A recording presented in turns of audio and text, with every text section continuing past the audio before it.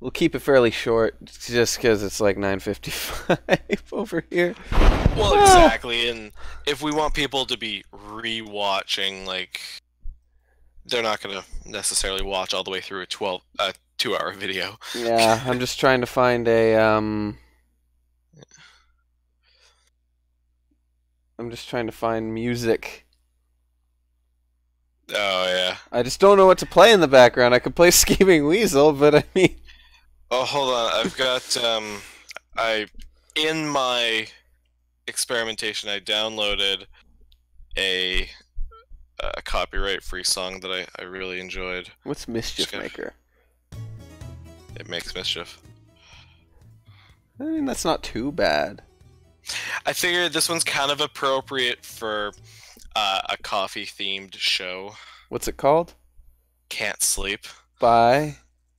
I don't know, but it was one that doesn't need attribution, so it doesn't matter. Where is it? Do you have it? I just sent it to you. Oh, beautiful. I'm just gonna download that. Holy... That is like... pinging in my ears. Yeah. Wait. Why is... Say something? Hello. Okay, so... Yeah, when I played the song's coming out of my computer, but you're coming out of my headphones. That might be a audio device mismatch. Yeah. I'm just gonna not have any audio go through. That's not bad. I'll keep that one. So do you have a worst of thing that you're gonna... Well, I had this, okay, so yeah, the topic I wanted to do today is, like, worst blank in history. And I have a pretty good one. My brother told me about this one. The worst marathon in history. Oh god. Mine's not like a worst of history, but it is like a comedic work thing that happened today. That involves like physics, like fluid dynamics specifically. Oh. So it was the worst pop bib incident in history. Wait, pop bid? Bib. Oh, bib? Yeah, like fountain pop machines, like they have the bibs of syrup and then they combine them with the soda water. We had a syrup bib incident today. Describe. I'll describe on the live stream because I don't want to give too much of it away. Well, I guess if there's no other thoughts, I guess I can dive right into the worst marathon in history. Are we streaming currently? Yes. Oh. That's Okay, why I was saying, like, if you want to go, be my guest. I'm just trying to find music. You start with yours, and mine could be the wrap up little thing. Meatball Parade. This is not what we want for music. Just gonna increase that volume slowly. Who doesn't want a meatball parade?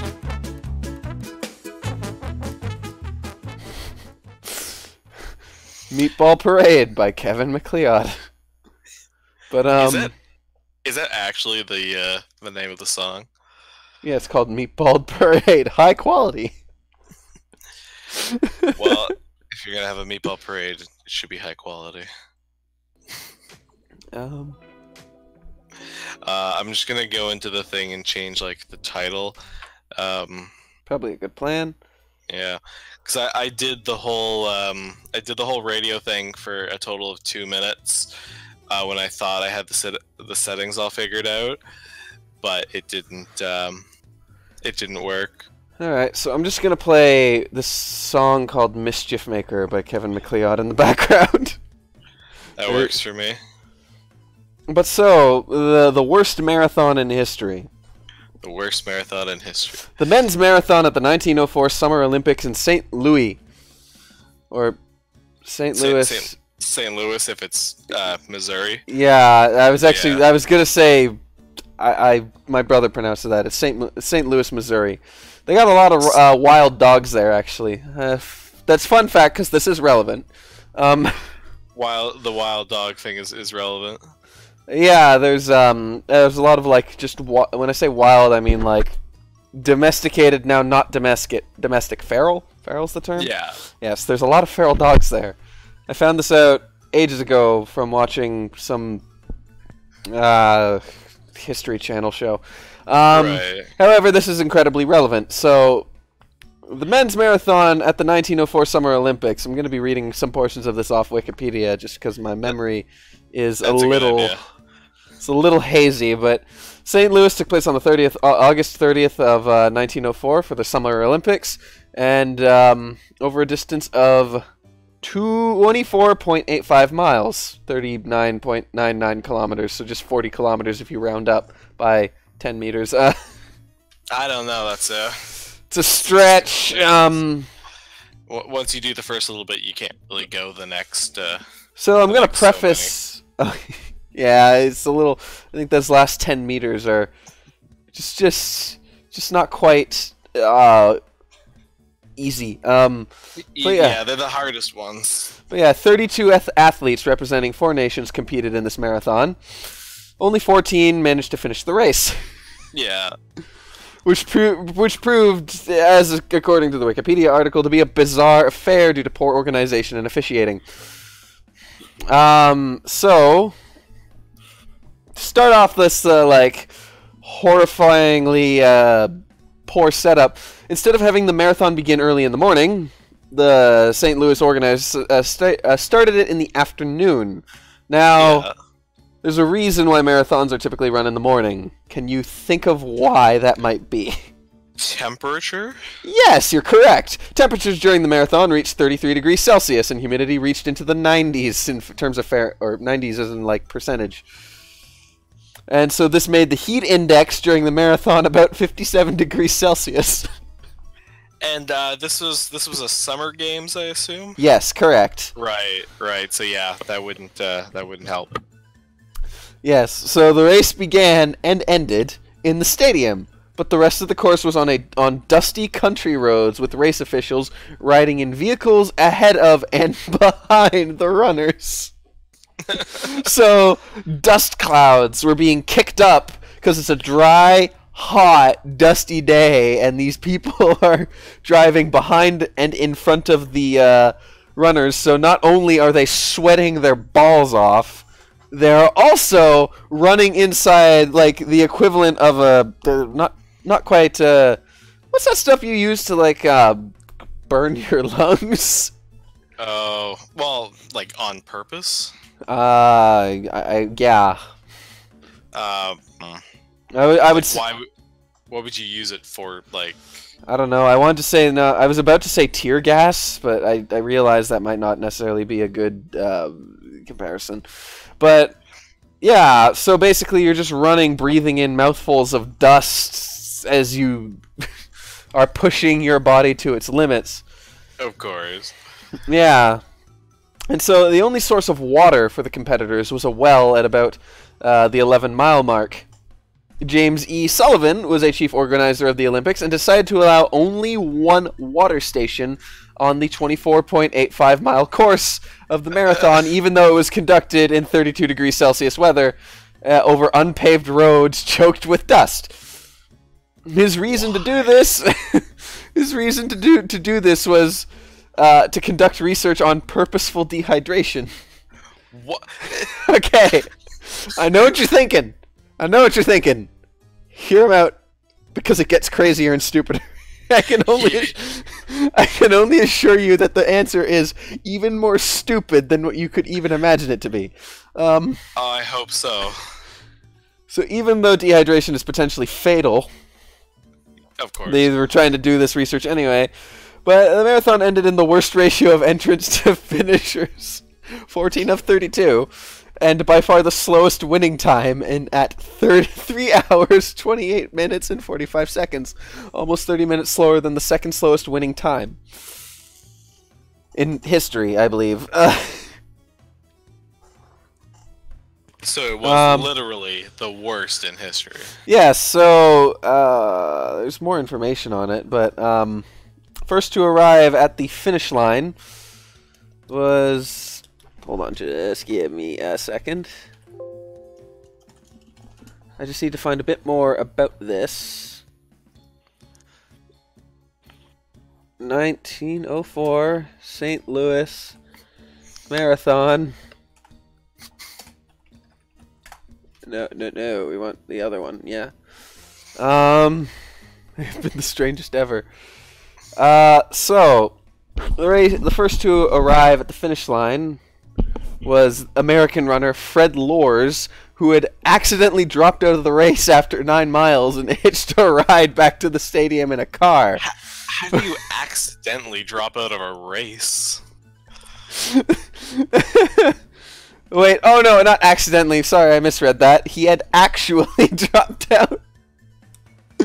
He had actually dropped out of the race after 9 miles and hitched a ride back to the stadium in a car, waving at spectators and runners alike during the ride. When the car... The best part is you'd be like, oh man, so he just came out and maybe he lied. No, but when the car broke down at the 19th mile, Lors re-entered the race and jogged across the finish line. After being hailed as the winner, he had his photograph taken with Alice Roosevelt, daughter of the then U.S. president, and was about to be awarded the gold medal when his when his trickery was revealed. Upon being confronted by officials, Lors immediately admitted his deception, and despite his claims he was joking, the AAU responded by banning him from competition for life. In any case, Lors was reinstated in 1905 after he apologized for the stunt and was found that he had not intended to defraud. Yeah, but like that's pretty deliberate. I know. He's like, oh man, maybe if I ride this, no one will be the wiser. But oh.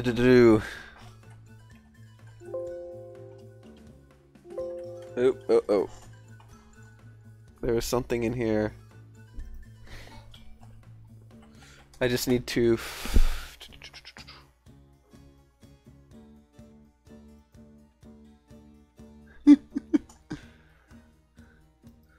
But British-born Thomas Hicks of the United States ended up the winner of the event, although he was aided by measures that would not have been permitted in later years. 10 miles from the finish line, Hicks led the race by 1.5 miles, but he had to be restrained from stopping and lying down by his trainers. He was so exhausted that he had to be stopped from, like, stopping and lying down by his trainers.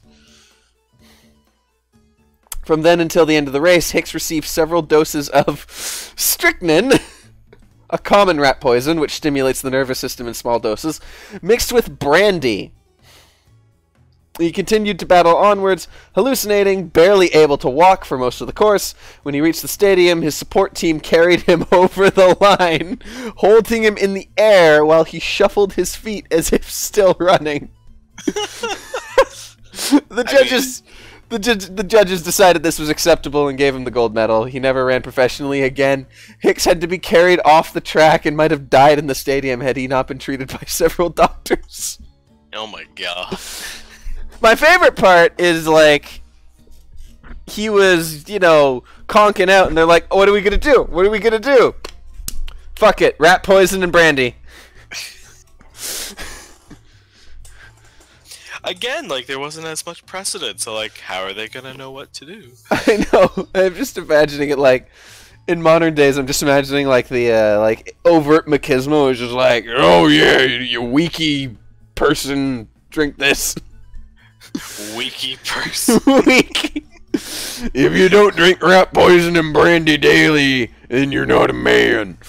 Oh, of course, that is the male archetype right there. Yeah. Oh, another near. Who wouldn't want to do that? Who wouldn't want it? Another near fatality during the event was William Garcia of San Francisco, who was found lying in the road along the marathon course with several severe internal injuries caused by breathing the clouds of dust kicked up by the race officials' cars. Oh god. And this is the part that I find interesting. A Cuban postman named Endarin Carvajal joined the marathon, arriving at the last minute. After losing, this is the best part. He arrived at it at the last minute, like a last-minute entry. After losing all of his money in New Orleans, Louisiana, he hitchhiked to St. Louis and had to run the event in street clothes that he cut around the legs to make them look like shorts. Not having eaten in 40 hours, he stopped off at an orchard en route to have a snack on some apples, which turned out to be rotten. Oh, God. The rotten apples caused him to have severe stomach cramps, and despite falling ill from the apples, he finished in 4th place. I think poison apples was the secret. Yeah, much like the strychnine and brandy. Exactly. What doesn't kill you makes you a better marathon runner. Yeah, and this is where the dogs I mentioned earlier become a little bit relevant. The marathon included the first 2 black Africans to compete in the Olympics. 2 Tswana tribesmen named Len Tao, real name Len Taunyen, I'm probably butchering these names, and Yamasani, real name Jan Mashiani. They were not in St. Louis to compete in the Olympics. However, they were actually part of the sideshow. They had been brought over by the exposition as part of the Boer War exhibit. Both were really students from Orange Free State in South Africa, but this fact was not made known to the public. And if I'm correct, what they're referring to there is, I think the World Fair used to, I think that's what it was called, World Fair, used to coincide with the Olympics. It was like, the Olympics was just kind of like a little bit of a part of the World Fair that no one really cared about. Maybe at some point. I don't know if it was during that time. Because yeah, like the 1896 games were like the first modern incarnations. Maybe before that. I don't know. Yeah. What's it? Part of they had been brought over by the exposition of the Boer War exhibits. Lentau finished 9th and Yamasani came in 12th. This was a disappointment, as many observers were sure Lentau could have done better if he had not been chased nearly a mile off course by aggressive dogs. And arriving without correct documents, Frenchman Albert Corey was not included as part of the French team. He is inconsistently listed as performing in a mixed team in the 4-mile team race and performing in the U.S. in the marathon. That's as much as the Wikipedia page lists, but there's a... yeah, I'm just looking here. Yeah, the St. Louis one, it was all kind of one thing, the games and the fair. Ah, yeah. There have been a lot of World's Fairs. Yeah, America's first Olympics may have been its worst, or at least the most bizarre. I don't know, Lake Placid. Yeah. Wait, what happened there? Oh, nothing. It's just, it was the first American Olympics I can think of off the top of my head. Oh. Which, I'm sure it went just fine. Yeah, I'm just looking at the Smithsonian article. America's first Olympics may have been its worst and at least its most bizarre, held in 1904 in St. Louis. These are tied to the year's World Fair, which celebrated the centennial of the Louisiana Purchase while advancing, as it did all such turn-of-the-century expositions, the notion of American imperialism. Of course. Although there were moments of surprising and genuine triumph, a gymnast George Asar earned 6 medals, including 3 gold, despite his wooden leg. The games were largely overshadowed by the fair, which offered its own roster of sporting events, including the controversial Anthropology Days, in which groups of, in quotation marks, savages recruited from the fair's international villages competed in a variety of athletic feats. Among them... That sounds like something Europeans would do. Yeah, that really does. Yeah. Let's just watch these people we've exploited for our own entertainment. Sounds like a great time, right, guys? I mean, do as the Romans do. Yeah. Let me knock down my volume. I think it's a little loud. Yeah, empires create empires, I guess. No, but like, yeah, that is 100% true. Games are loaded. Variety of athletic feats, among them greased pole climbing, ethnic in quotation marks dancing, and mudslinging, for the amusement of Caucasian spectators. See, now the mudslinging is done a few hundred miles east in D.C. Yeah, accurate. Yeah, Pierre de Coubertin, a French. I'm probably butchering that as well. I should just not try. Or at least not try to pronounce it. A French historian and founder of the International Olympics Committee took disapproving note of the spectacle and made a prescient observation. As for that outrageous charade, it will, of course, lose its appeal when black men, red men, and yellow men learn to run, jump, and throw and leave the white men behind them. Quote from this historian. But anyways, on to the remains of this marathon. Is there anything left? Yeah, I don't know. There's only so much worse you can fit into like a single article. I know. So I guess this really is the worst Olympics in history. Fred Lors led the 32 starters from the gun. First mile, Thomas Hicks edged ahead. William Garcia in California became the first fatality of the Olympic marathon when he collapsed on the roadside and was hospitalized with hemorrhaging. The dust had coated his esophagus and ripped his stomach lining. Holy shit. That just sounds unpleasant. He had gone unaided an hour longer. He might have bled to death. John Lorden suffered a bout of vomiting and gave up. Lentau, one of the South African participants, was chased a mile off course by wild dogs. Felix Carvajal trotted along in his cumbersome shoes and billowing shirt, making good time even though he paused to chat with spectators in broken English. On one occasion... he stopped at a car, saw that its occupants were eating peaches and asked for one. Being refused, he playfully snatched two and ate them as he ran.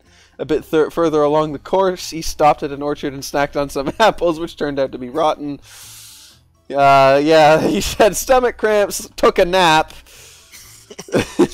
Sam Mellor, now in the lead, also experienced severe cramping. He slowed to a walk and eventually stopped. At the 9-mile mark, cramps also plagued Lors, who decided to hitch a ride in one of the accompanying automobiles, waving at spectators and fellow runners as he passed.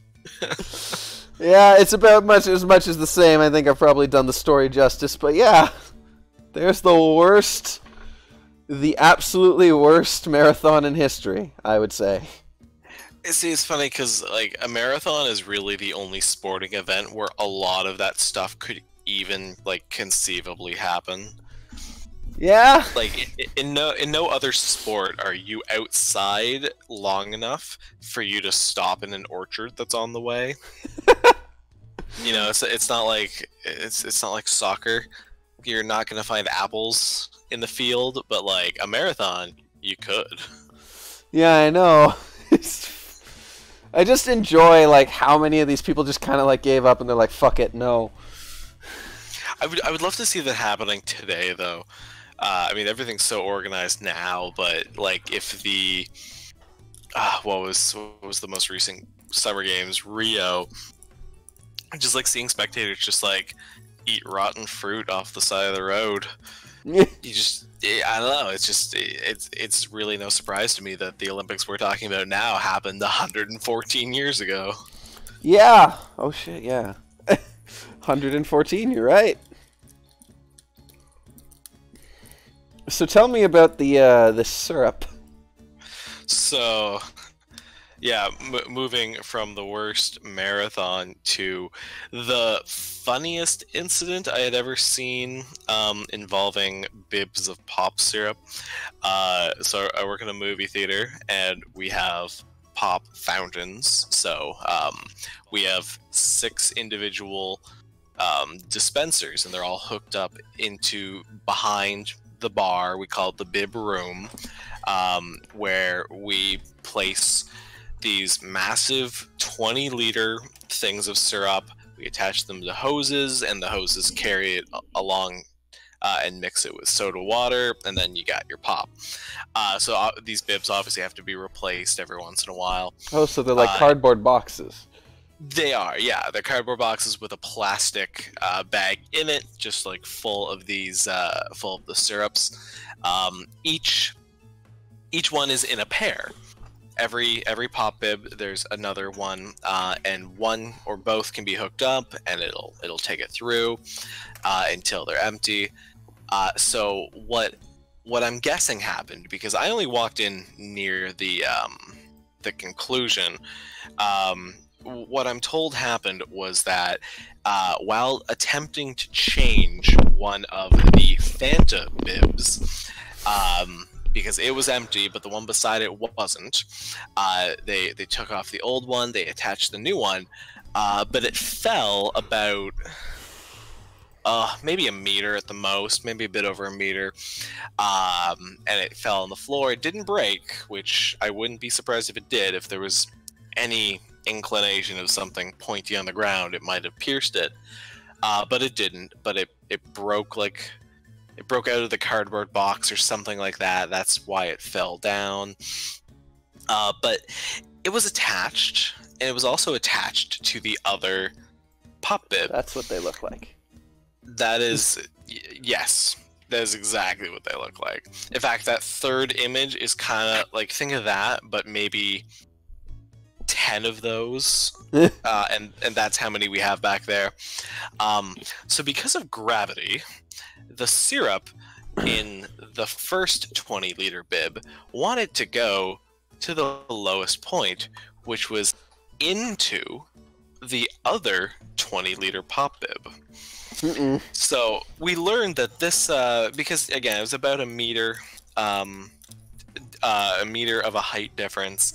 So the entirety, 1 whole meter of head, that's solid.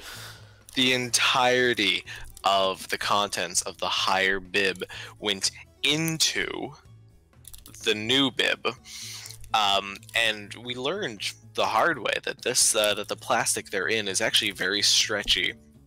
Because 40 liters of syrup was in this one plastic bag that was incredibly taut. So this is where I walk in. So I was just getting a drink. I was cleaning movie theaters all day, and I went to go get a drink of water. I went into the bib room to drink it, and there's these 3 like fairly new employees wrestling this thing to try to put it back. Put it back! What are we gonna do? They wanted to lift it a meter and then fit it into the cart, into the shelving. So I almost drop my drink. I kind of go up to them, like, no, you put that on the ground. For some reason, we couldn't get it to go the other way, but it's because we couldn't apply enough pressure to lift it that meter, like to put it back in the other one, because it was so taut that we would have ruptured it. And again, we're talking 40 liters. It took 3 employees, like, to lift it up. Like, it would be probably slightly heavier than water, and what is a liter? About a kilogram. I was about to say, yeah, that's 40. That's effectively 40 kilograms. So that's an 80-some pound bag. I was absolutely flabbergasted, but of course the fear was that it was gonna pop on its own. So we have slushy machines, and fortunately we offer them in a flavor that was this pop bib. It was a Fanta, like Fanta Pop. So instead of letting the slushy machines automatically take some out when needed, we just filled a whole bunch of pitchers with Fanta and filled them manually just to alleviate some of the pressure. I feel like I have fears about you, like, opening the valve on that thing. Yep. It's just like it would fire out at, like, well, that's incredible the thing, speed. The pressure would have been, like, if there was a tiny hole, it it would have been a meter tall stream coming out of it.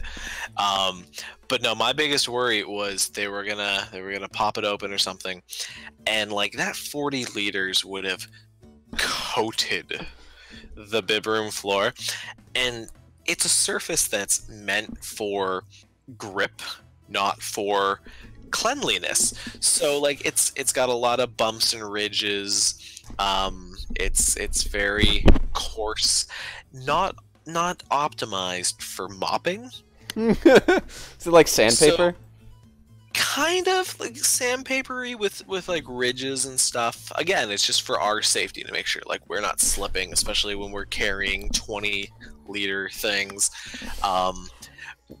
This would have been, if this had ruptured, we'd have been cleaning up Fanta for a year. Oh God. And like the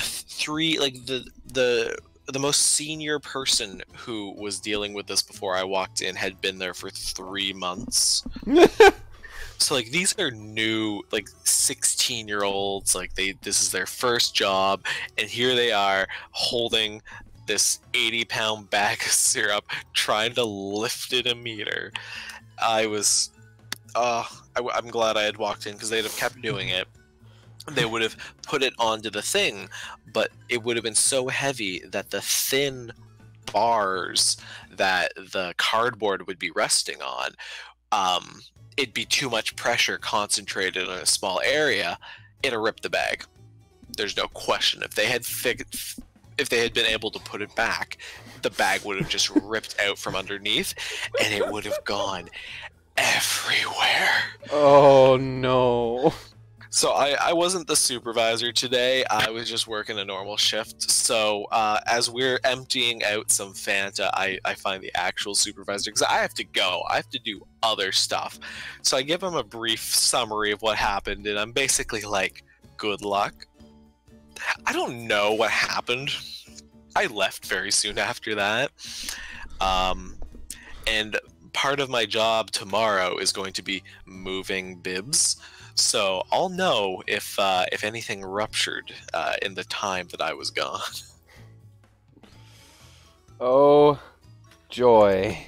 So that was the worst bib experience I've encountered in my 1.5 years of working at the movie theater. That sounds... well, frankly, it sounds horrifying. Oh, I was scared. Like I said, tomorrow I do stock movement, so I'm gonna be like I would have to like been walking all over Fanta just to like move pop bibs into the room, and it would have been the biggest mess we have ever had, like in the history of our theater. What happened? I spilled the equivalent of several bottles of Fanta. Well, that's the thing. Like, it's a concentrate. It's a concentrate. So it's like about, I think it's about 50-50. So like one 20-liter thing would have been the equivalent of like 40 large Fantas. So I'm just imagining sitting there and just opening and spilling 40 large pops onto the floor, and seeing what kind of mess that would make. And it'd be concentrate too. Like the sugar content would be so high that it would not be like cleaning up pop, which we do all the time. I mean, people spill, but at least there's water in pop. Yeah. There's significantly less water in syrup. It'll be like the. Oh, continue. I was just saying it's not like molasses, but it's also like noticeably thicker than water. Oh, certainly. Hey. I think that's our cue to wrap things up, because I'm yawning too. Yeah, I was about to say though that would remind me of the level probe incident that caused the overflow of the corn syrup tank. Wait, what? Okay, I think we have time for one more. So my dad told me about this one at some factory he went to, but hold on, my microphone's peeking into the red like crazy. Yeah. Whoa. Trippy. Yeah, but so I don't know what they were using the corn syrup for, but it's a food factory of some sort, and you have a large vat of this stuff, a tank you're filling from. It's a vat. You're filling it, obviously, for producing something, whether you're heating it, caramelizing it, or whatever you're planning to do with this corn syrup. Right. But typically, when you fill any vat, especially in an automated system, you need a way to tell the thing to stop filling it so it doesn't overflow. Yeah. And so that comes usually in the form of like a level probe. Yeah, because we even have something like that in our slushy machines. Like, yeah, level probes. They're they look like well, it's kind of like a thing, like a toilet would have something like that in the back. Yeah. Well, they have a very rudimentary one. That's a float valve, but a level probe is like, yeah, it's a sensor. It's an electric sensor. Yeah. Yeah. And so they have they have actually a couple of these. So the thing is, they well, the gist of the story is the level probe failed, and the corn syrup just went everywhere over the factory floor, What? Do they know why it failed? Like, was there a particular? I never found out the reason. However, it's the thing that amazes me. It is specifically which probe that failed. So the thing is, usually when you have these, usually have like fail safes. So in case you have the first level probe fails, generally you have like an extra one or so. But the thing that gets me is it wasn't the first level probe that failed. It wasn't the second one. It was the failsafe of the failsafe that failed. Wow. Everything went to shit. And that's how you end up with, like, I don't remember whether or not it was like a thickness that had spread across the entire floor, but I could have sworn I had been told it was like an inch or so thick of corn syrup just across the entire factory floor. I was gonna say, even if it was half of that, like half an inch multiplied by the surface area of an entire factory, like that's just insane. The corn syrup. Oh no. Fail safes are definitely key. Yeah. Well, do you know about the time that North Carolina was almost destroyed? North Carolina? Yep. Yep. They so a tiny battery operated remote is the reason they say that there isn't a bay where North Carolina is supposed to be. In 1980, no, in 1960, like something like that, there was a nuclear bomb was being transported somewhere to somewhere in the United States, but the plane ended up going down and crashing somewhere just like on the coast of North Carolina. Apparently, every failsafe that would have stopped the nuclear bomb from going off had failed, except for a single battery-operated, like, remote button thing that you would have to push. If this remote had landed button down, it would have triggered the critical mass, and like this was a powerful bomb. like nothing, not like Tsar Bomba level, but certainly. How many megatons are we talking? Yeah, I would have to look that up. I don't even know how I'd.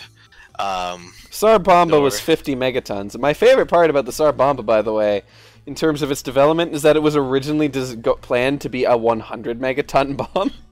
Twice as powerful, but they opted not to do so because it would be impossible for the pilot who dropped it to escape the blast zone without, safely without dying. So it was in 1961. There were two 3 to 4 megaton nuclear bombs. Fuck. That's pretty sizable still. And I'm sitting here, I'm just like, the first thing that came to mind when you mentioned it's a battery-operated thing, I'm like, thank you, Energizer Bunny. Yeah, I'm sure he was particularly... Or Duracell, I don't know which one. Yeah, we may never know. But no, apparently, because obviously this was kept hush-hush for a while, it wasn't until 2013 that it was discovered just how close the things came from detonating. It said information newly declassified in 2013 showed that one of the bombs came very close to detonating. Jeez. So, yeah, there's there's reason to have failsafes, which we probably need more in our Summer Olympic Games and our pop bib apparatus. And apparently in molasses tanks. Oh my god, yeah.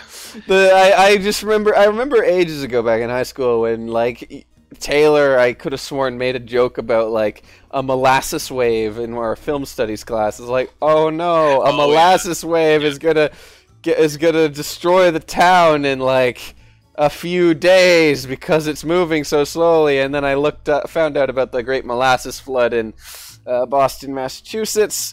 Yeah. And it surprises me how quickly that shit can move. Yeah, because I guess, like, the temperature, on a large enough scale, and like the temperature, because it doesn't take much for molasses to kind of become liquidy. Yeah, the temperature had risen above 40 degrees Celsius. Oh, climbing rapidly from the frigid temperatures of the preceding days. Molasses can be fermented to produce rum and ethanol. I'm still thinking, but 4 degrees Celsius still makes it sound like this shit would move really slow. Do you think the mass would have anything to do with it? Like, just the sheer amount? I know that, like, it's a Newtonian fluid, so its flow rate and stuff is proportional to, like, the pressure behind it, like, pretty good, so... Mm-hmm. It follows ye old, the Newtonian viscosity equation, like the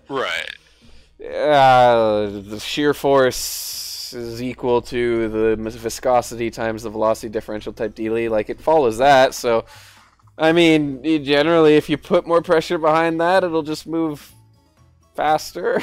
I don't know. I mean, that would have to be it. Because, like, it's I never read the speed. A large molasses storage tank burst and a wave rushed through the streets at an estimated 56 kilometers per hour. Oh my god. Yeah! I was thinking, I could see, like, oh yeah, maybe if this moved, like, I don't know, how quickly do, like, floodwaters move? Twice walking speed, at least. Yeah, like, I could see that being potentially, but it killed 21 people and injured 150. And when was this? 1919. Oh my. Okay, yeah. No, I could see that. I doubt that something like that might happen in modern day, but stranger things have happened. 8,700 cubic meters. It's about how much it was. Yeah, a 90-foot and a 50-foot tall by 90-foot diameter tank. That is interesting, because it's like a chode tank. Pardon my language. I mean, it's an apt description. And containing as much as, like, 8,700 cubic meters of this stuff. To give you a concept of volume, 1,000 liters fits in a cubic meter. Yeah. So that is 8,700,000 liters of molasses. Oh my god. Collapsed, unleashed a wave of molasses 25 feet high at its peak. It's taller than most people. And I mean, okay, I'm pretty sure that's taller than all people. I think that's a safe assumption. Moving at 35 kilometers per hour. Shit. Sufficient force to damage and the girders of the adjacent Boston Elevated Railway Atlantic Avenue. Hold on. Give me one fucking moment. While I could probably calculate the shear force of that, assuming a parabolic boundary layer. While you calculate that, I want to read a quote from the Wikipedia article about this nuclear incident. Okay. Apparently, somebody who was there during like the recovery of the bombs quoted in somebody's book, "Until my death, I will never forget hearing my sergeant say, 'Lieutenant, we found the arm safe switch.' And I said, 'Great.' He said, 'Not great. It's on arm.'" So that was the button. If that had been pushed, that would have triggered the explosion. And it is apparently 250 Hiroshimas was the power of that bomb. Oh. So yeah, Jesus. much of eastern North Carolina would not be there today. And where was this like bomb? It was in storage, like on the ground? No, so it was being carried by a plane from somewhere to somewhere, and the plane crashed. Oh yeah. If that had, if that had fucking like failed, I watched a couple of videos recently about like history of nuclear testing and stuff. Like ground detonations are horrible. Oh yeah, because they're the ones that kick up all the dust and irradiate it, and that's how you get like radioactive fallout. Oh yeah. Well, I mean, parts of the Carolinas would not be habitable to this day. No, if that happened. We'd have like an exclusion zone like Chernobyl, but except that's a power plant and this is a bomb. There's a big difference. Yeah. No, they estimate it would have had 100% kill radius of 14 kilometers. Oh, jeez. Which means its 50% kill radius would have been significantly larger than that. How is that? Is that an exponential function? No, it's probably proportional to the volume, or to the surface area of a sphere. Oh, jeez. Yeah. Oh. What's it? Molasses. Excuse me.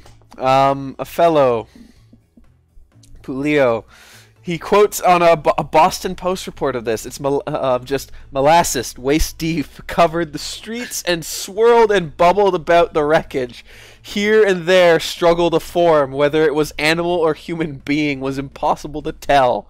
Only an upheaval, a thrashing about in the sticky mass, showed there was any life. Horses died like so many flies on sticky fly paper. The more they struggled, the deeper in the mess they were ensnared. Human beings, men and women, suffered likewise. That's kind of terrifying when you think about how like you never expect if someone says, "Hey, bro, 8,700 cubic meters of molasses," you don't immediately think, "Oh yeah, death." Yeah, I was gonna say, like, what they're describing sounds like the aftermath of a nuclear blast, like the horror, the dying. It's like, no, it's fucking molasses. It's like, yeah, where that people were picked up by a rush of air and hurled many feet. Others had debris hurled at them from the rush of sweet-smelling air. A truck was picked up and hurled into the Boston Harbor. You know what's gonna happen now? I'm gonna be somewhere, and somebody's gonna walk by with something sweet smelling. I'm gonna feel that like rush of sweet smelling air, and I'm gonna be like, "Your panic!" No. 21 people and several horses. Some were crushed and drowned. Cause what is the density of molasses? I was just saying, density of molasses and the density of Boston today. Could you imagine if it happened 100 years later? Oh yeah. What's it? I need kilograms per cubic meter, please.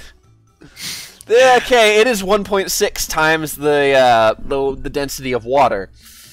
Yeah, it sounds about right. Yeah, so so it's gonna have 1.6 times the pressure acting on you, depending on the depth. And actually, give me a second. How tall was that wave? Well, and that tells you that it would have done a lot of damage, even if it was just water. Yeah. Hold on. I just want the pressure of atmospheric pressure in pascals. In Pascal, please. Okay, so that is... Okay, I got it was 8 meters tall times 1,000, 9.81. That is... Can I divide that by atmospheric pressure? Probably. That's a, yeah, okay, so it's not that bad, but I mean, it's 1.24 times atmospheric pressure. Oh my god. And to give you some,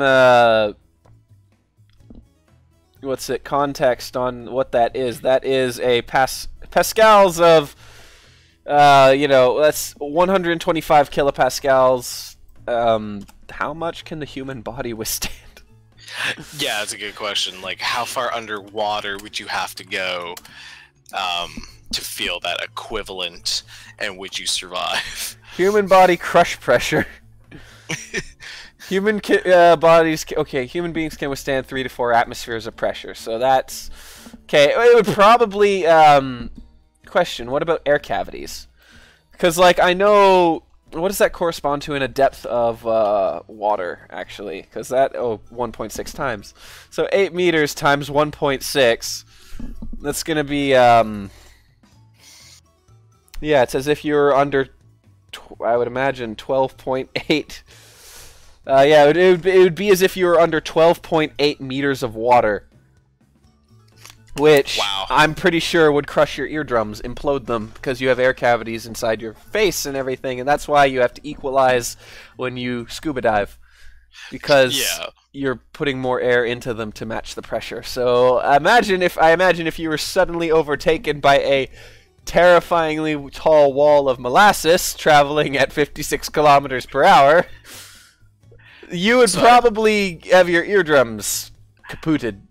So I think the parting message today is: if you get a whiff of sweet air, run. Equalize the pressure in your ears. Take in a deep breath, pinch your nose and swallow, and brace for the worst, and run probably.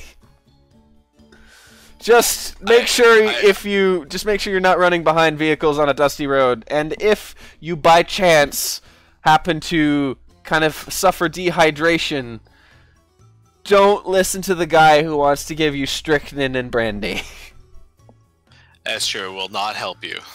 No. I'm glad we were able to come to these conclusions today. Yeah, also check your fail-safes, otherwise nuclear destruction is on your horizon. Oh yeah, North Carolina thanks you for checking your fail-safes. Yeah, and so do factory floors, dreading waves of corn syrup. Could you imagine somebody just like trying to mop that up? I feel like a lot of water was used in doing that, because you probably had to dilute it, and I can imagine the sewage plant would not have been happy. It was like, excuse me? It would have just been a whole thing. What did you do? Oh yeah, we flushed like several 100,000 liters of corn syrup down our drains, mixed with water. Sewage plant's not going to be happy with that one. Oh, there's a commemorative plaque for the molasses flood. Oh. I mean, yeah, it would too. I guess tomorrow or next year is the centennial. Maybe there'll be a big celebration with rum made from molasses. I wonder if Bostonians just have like this like vindictive nature against molasses and rum as its byproduct. They're just like, no. That would explain a lot of Boston stereotypes. What? Wait, why? They drink rum metaphorically to like symbolize conquering over molasses. Oh boy, they just come from Boston. You gotta leave your car keys, and you gotta outrun the molasses slave. Well, yeah, that's sorry. That's probably horribly insensitive. Well, I mean, what are the statistical odds that the 2 people watching are from Boston? Also, this is being archived on YouTube, so This I is would true. like to apologize for that, but I would like to not apologize for that. I guess. Okay. Cleanup crews use salt water from a fireboat to wash the molasses away and use sand to try to absorb it. Oh my I god. like the way the word try is in there. Harbor was brown with molasses until summer. The cleanup in the immediate area took weeks. More than 300 people contributing to the effort. The cleanup in the rest of the greater Boston and its suburbs would take indefinably longer. I wonder if there's still molasses out there. Actually, probably not. No, but could you imagine going to that neighborhood and just smelling sugar? Yeah, maybe if you like dive deeply, if you like dig down a few feet, if you dig down a few feet into the soil, the rainwaters haven't quite gotten this part. There's pockets, crystalline sugar. Yeah. I don't think that's probable, to be honest. I imagine bacteria would have eaten it by now. Yeah, I mean, it's been 100 years. Somehow worked its way down into what horizon of soil is that? Where like I need to dig a thing of the soil horizons. Somehow makes its way down to the sea horizon, like the substratum or the R, like the bedrock. That's just like where plants don't reach, where there's not much bacteria. I was gonna say maybe maybe at some point, like archaeologists will be able to discover that something like that happened. Yeah. All right, I guess that's I guess that's a show. Yeah. Because we're very close to it becoming an hour, which we very purposely set out not to happen. Oh, okay. Whoops. Shit. Who would have thought if we had started talking and opened up some Wikipedia articles that we'd go on for a while? Yeah. Who'd have guessed? Well, you should probably sleep, and Yeah. it's midnight almost here, so I should probably sleep. All But right. yeah, we'll pick this up again. I think we'll just kind of find an idea and see where Wikipedia brings us. I like that. Sounds like a good plan. Hold on. I just want to mention on the molasses thing, at about 12:30 in the afternoon near Kenny Square, 529 Commercial Street, the molasses tank ruptured, and it's like witnesses variously reported that as it collapsed, they fell to the ground. They felt the ground shake and heard a roar, a long rumble similar to the passing of an elevated train. Coincidentally, with a line of that type close by, a tremendous crashing, a deep growling, or a thunderclap like bang, emphasis added. And as the rivet shot out of the tank, a machine gun-like sound. Holy shit! To be there. I would not want to be honest. No, but just to like experience that. So, long story. Because you were talking about the nuclear bombs, I immediately read this and thought, weaponized molasses. Shit. What did they do? They just like built an enormous tank, kilometers wide, filled with molasses. That would be a troubling endeavor. Maybe a starting point for next time can be the Honolulu molasses spill of 2013. That happened? Apparently, it went into the harbor, and I guess it didn't like kill people, but it killed a lot of fish. 26,000 fish and other marine things. Amazing. But anyways, we'll cut it. Yeah, we'll leave that for next time.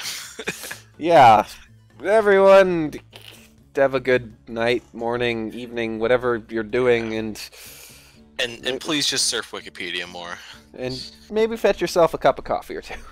Yeah, a damn fine cup of coffee. All right.